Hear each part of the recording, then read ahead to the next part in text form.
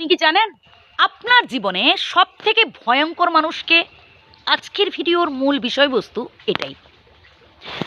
যাদের সাথে আপনি এক টেবিলে বসে খাচ্ছেন, যাদের সাথে দিনের অধিকাংশ সময়টা অতিবাহিত করছেন, তাদের মধ্যেই কেউ কেউ আপনার জীবনে সবথেকে ভয়ঙ্কর মানুষ।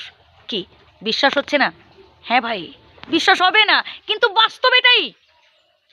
যারা আপনার শত্রু, তাদের তো আপনি দুই চোখে দেখতে পাচ্ছেন যে এরা আমার ভালো চায় না, এরা সবসময় আমার সাথে ঝগড়াঝাটি করে, আমি যখনই কিছু একটা বলি আমার বিরুদ্ধে কথা বলে, এরা আমার শত্রু। এদের তো আপনি দুই চোখে দেখতে পাচ্ছেন। কিন্তু যারা ভয়ঙ্কর মানুষ, তারা এই শত্রুদের থেকেও ভয়ঙ্কর হয়। আর আপনি বিশ্বাস করবেনই কি করে ভাই? একসাথে খাচ্ছেন, একসাথে ওঠা বসা, এক টেবিলে বসে খাচ্ছেন, এক বাড়িতে আছেন, এক ছাদের তলায় আছেন, কিন্তু এরাই হচ্ছে ভাই আপনার জীবনে সবথেকে ভয়ঙ্কর মানুষ। এরা না, এরা আপনার সামনে আপনার প্রশংসা করবে, মানে সামনে এমন অভিনয় করবে যে আপনি তাদের বিশ্বাস করে যাবেন। মনের সমস্ত দুঃখ কষ্টের কথাগুলো তাদের কাছে বলবেন, মনের মধ্যে কি চলছে, কি গোপন কথা, সব কিছু তাদের কাছে খুলে বললেন। এবার পেছনে এরা কলকাঠি নাড়ার চেষ্টা করে। তাই একটাই রিকোয়েস্ট ভাই, সবার কাছে দুঃখ কষ্টের কথা বলবেন না, সবার কাছে চোখের জল ফেলবেন না।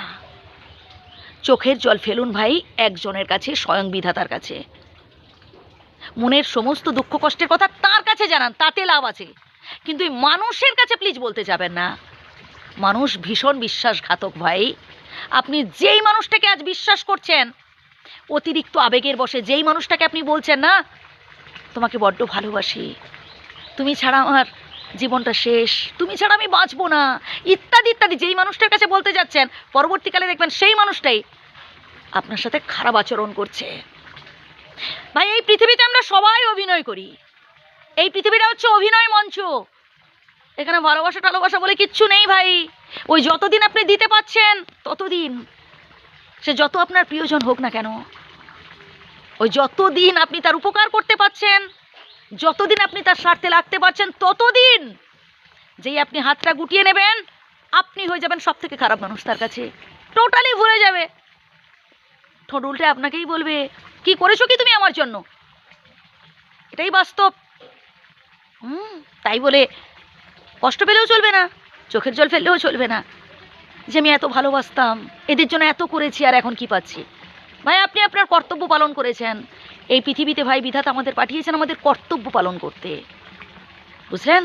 আমরা আমাদের দায়িত্ব পালন করে যাব, আমরা আমাদের কর্ম করে যাব। হতাশ হবেন না, টেনশন করবেন না।